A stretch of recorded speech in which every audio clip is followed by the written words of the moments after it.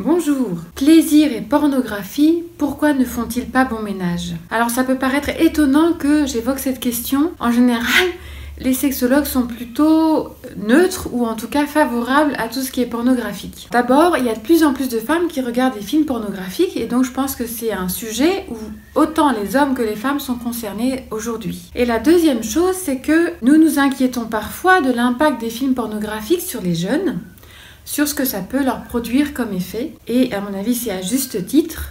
Mais généralement, pour les adultes, nous trouvons que c'est un sujet et c'est plutôt cool de regarder des films pornographiques.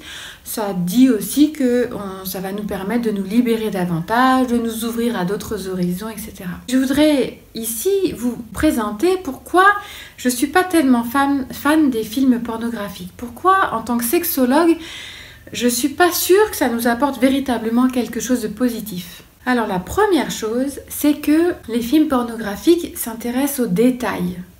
On ne s'intéresse pas à la personne, on s'en fiche, et qu'elle soit blonde, brune, rousse, que lui soit barbu ou imberbe, enfin voilà, peu importe. Ce qui compte, c'est le sexe. Et donc on s'intéresse aux détails anatomiques. Et donc on va faire des zooms sur la vulve, le pénis, la poitrine, un sein, une fesse, une cuisse, etc. Et on n'est pas en lien du tout avec l'entièreté de la personne, on est en lien avec des détails anatomiques. On fait focus vraiment sur l'essentiel, à savoir la génitalité. En quoi ça va pas forcément aider à vivre la relation sexuelle. Dans le mot relation sexuelle, il y a le mot relation qui vient avant sexuel. Et donc, ce qui contribue fortement au plaisir de ceux qui se retrouvent, c'est d'être en relation.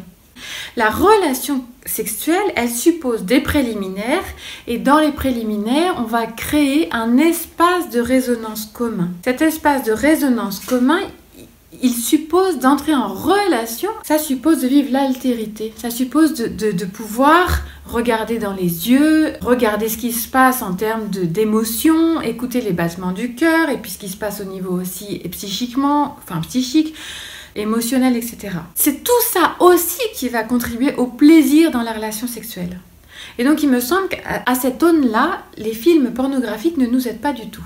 La deuxième chose que je voulais vous partager sur le fait que pourquoi je suis pas fan des films pornographiques, eh bien c'est parce que en s'intéressant quasiment exclusivement à la génitalité, c'est-à-dire à nos organes sexuels, les films pornographiques oublient tout ce qui est de l'ordre de la sensualité et tout ce qui est de l'ordre des zones érogènes. Tout notre corps est potentiellement érotique. Tout notre corps est potentiellement source de plaisir. C'est-à-dire que, et peut-être que vous vous rappelez à ce sujet le film Intouchable si vous l'avez vu, donc cette histoire d'un homme tétraplégique qui ne ressentait plus rien sur tout son corps, on voit bien, notamment dans la bande-annonce, vous pouvez la regarder, que quand on lui verse de l'eau bouillante sur la jambe, ça le brûle, mais lui n'a aucun ressenti.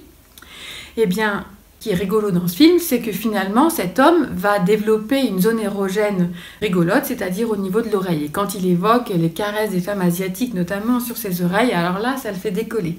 Voilà.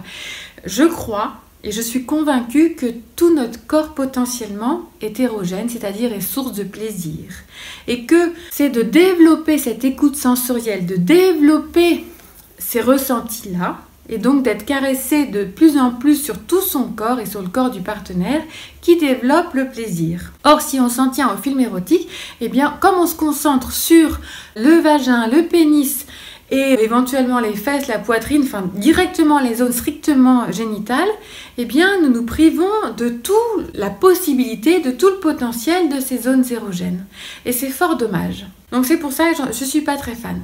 Et la troisième raison qui me conduit à penser que c'est pas forcément super, c'est que dans les films érotiques, j'ai beau savoir, et c'est souvent ce qu'on dit aux jeunes, on leur dit c'est un film, ce sont des acteurs, donc c'est pas vrai, c'est du fake.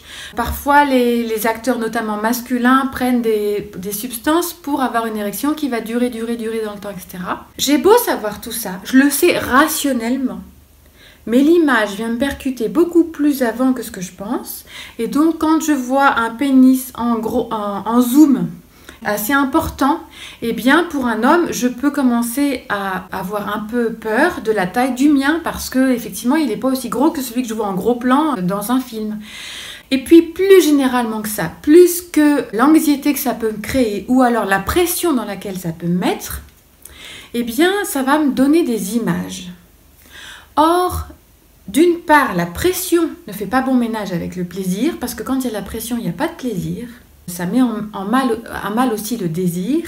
Et la deuxième chose, c'est que ce qui va beaucoup impacter la qualité de notre plaisir, c'est tout ce qui est de l'ordre de notre imaginaire érotique. Or, cet imaginaire érotique, par définition, il se construit à partir de nos expériences personnelles, de nos expériences sensitives, de nos rêves érotiques, etc. C'est tout un ensemble que je vais me constituer personnellement depuis que je suis tout petit jusqu'à aujourd'hui et qui se fait vraiment tout doucement à partir de mes lectures, etc. Si j'ai trop d'images en tête, alors le risque, c'est que je reproduise ce que j'ai vu plutôt que d'aller puiser dans mon imaginaire érotique ce que je pourrais mettre en œuvre. Et alors le risque, qu'est-ce que c'est? C'est que je vais reproduire au lieu d'aller vers de la singularité. J'oublie dans le film pornographique que je suis unique, tu es unique, notre relation est unique, ce que nous avons à vivre est unique. Et pourquoi ça va être unique? Parce que ce que nous allons mettre en œuvre est unique. Le film pornographique nous fait croire au contraire que la sexualité, elle se réduit à quelque chose qui est très similaire pour tout le monde. C'est un pénis qui rentre dans un vagin et basta. Donc c'est assez réducteur. Et justement parce que c'est réducteur, on va élaborer des tas de scénarios et donc de temps en temps on a affaire à la petite infirmière qui a la jupe ultra courte ou la blouse ultra courte, ou alors on a affaire à la mère Noël, etc. Vous voyez, on en rajoute avec des scénarios un peu poussés parce que justement on arrive toujours à la même réalité qu'il y a un pénis qui rentre dans un vagin. Or, c'est justement tout ce qui est de l'ordre de notre imaginaire érotique qui va nous permettre de sortir de un pénis qui rentre dans un vagin pour aller vers quelque chose de complètement unique, où on va partir en voyage, on ne sait pas où on va. Effectivement, on emprunte des routes qui parfois nous font penser à des choses que nous connaissons déjà, mais il y a toujours une exploration de l'inconnu où on aura toujours le sentiment de ne jamais avoir fait le tour de la question. Et c'est justement le plaisir qui permet ça, et tout notre imaginaire érotique qui permet ça. Alors, comme je trouve que c'est trop dommage de se priver de tout ce plaisir, eh bien je ne suis pas fan des films érotiques.